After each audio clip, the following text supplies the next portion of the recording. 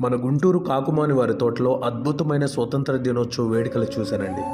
తినటానికి తిండి, ఉండటానికి ఇల్లు కూడా లేని అమాయకమైన కుటుంబాలు ఉండే ప్రాంతం అది.